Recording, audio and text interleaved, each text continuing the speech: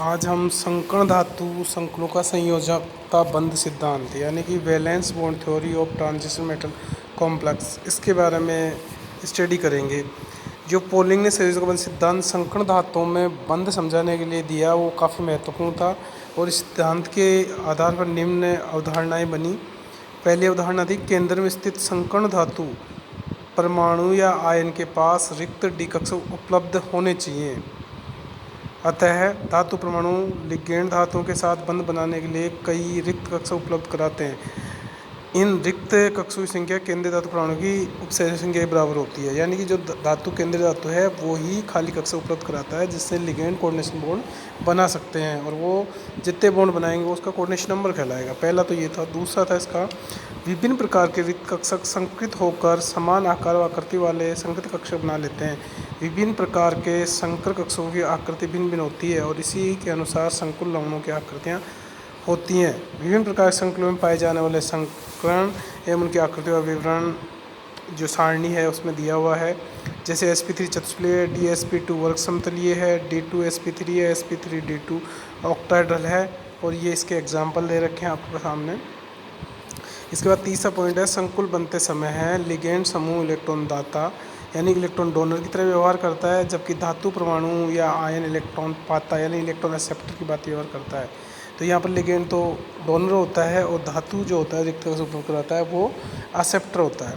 चौथा पॉइंट है लिगेंड का अबंधी इलेक्ट्रॉन युग्म लोन पेयर से भरा हुआ कक्षक धातु आयन के रिक्त संकृत कक्षों के साथ में अतिव्यापन करके कोऑर्डिनेशन बंध का निर्माण करते हैं। दोनों कक्षकों में जितनी प्रभावी अतिव्यापन होगा उतना ही प्रबल बंध उनके मध्य बनेगा। तो इनमें जो कक्षकों की विशुद्धता है उसके आधार पर इनमें अतिव्यापन होता है। तो इनके जो दिशात्मक गुण हैं वो इस क्रम में होते हैं।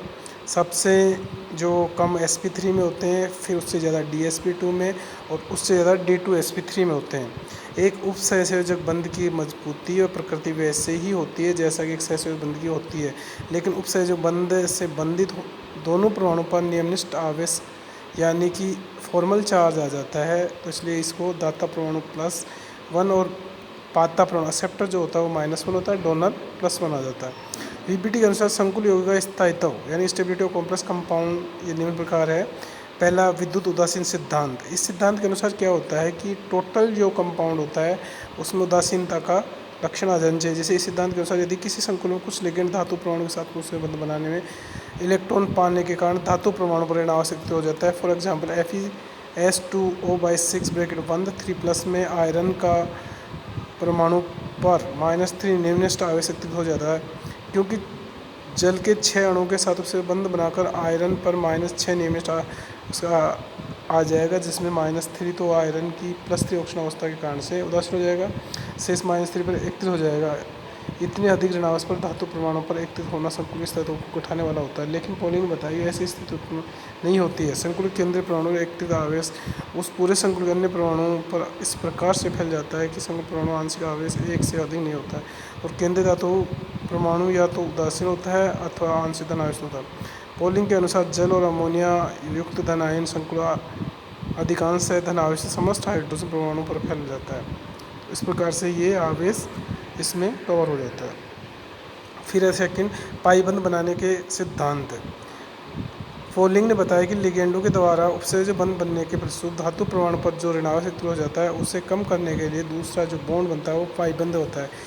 जब किसी संकुल में लिगेंड परमाणु की विद्युत का कम हो तो ml बंध में सहसंयोजक गुण अधिक हो जाएगा। उस स्थिति में विद्युत उदासीन सिद्धांत के अनुसार धातु के कम ऑक्सीजन अवस्था वाले संकुल स्थायी नहीं होने चाहिए, लेकिन ऐसे कई स्थायी संकुल आ जाते हैं जिनमें धातु परमाणु ऑक्सीजन अवस्था में होता है। फॉर एग्जाम्पल निकल कार्बन एक स्थायी संकुल है जबकि इसमें निकल की ऑक्सीजन अवस्था 0 है। पोलिंग ने इसकी व्याख्या पाइबंध अथवा पश्चय बंध के आधार पर की थी। CO समूह अपने एकाकी इलेक्ट्रॉन युग्म धातु परमाणु को देकर उपसर्जक सिग्मा बंध बनाते हैं जिससे धातु परमाणु ऋणावेश एकत्रित हो जाता है, जैसे CO निकल CO। तो इसमें जो आपको सिग्मा बॉन्ड कर से CO लिगेंड जो मेटल्स को इलेक्ट्रॉन्स दे रहा है तो पाई बॉन्ड के द्वारा वो उसको उदासीन कर सकता है, इसको पश्चय बॉन्ड भी कहते हैं।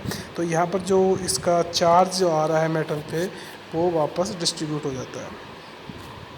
फिर देखते चक्रण युक्त संकुलों या चक्रणयुक्त संकुल स्पिन पेयर कॉम्प्लेक्स या स्पिन फ्री कॉम्प्लेक्स। संकुल यौगिक बनाते समय धातु परमाणु या आयन असंकरण में किन किन कारकों का उपयोग करते हैं, इस हिसाब से संकुल यौगिक मुख्य रूप से 2 प्रकार के होते हैं, क्रम से निम्न चक्रण या उच्च चक्रण। जानते हैं संकुल यौगिक बनाने का गुण मुख्य रूप से संकर धातुओं में होता है जिनका इलेक्ट्रॉन विन्यास n-1 d1 से 10 ns2 होता है। इस विन्यास में np व nd कक्षक तो रिक्त हैं ही, n-1 d कक्षक भी रिक्त अवस्था में उपलब्ध हो सकते हैं और इनका उपयोग संकुल बनाने में हो सकता है। जो संकुल धातु आयन या परमाणु के भीतर के d कक्षक अर्थात n-1 d कक्षकों के उपयोग से बनते हों उन्हें आंतरिक कक्षक संकुल कहा जाता है।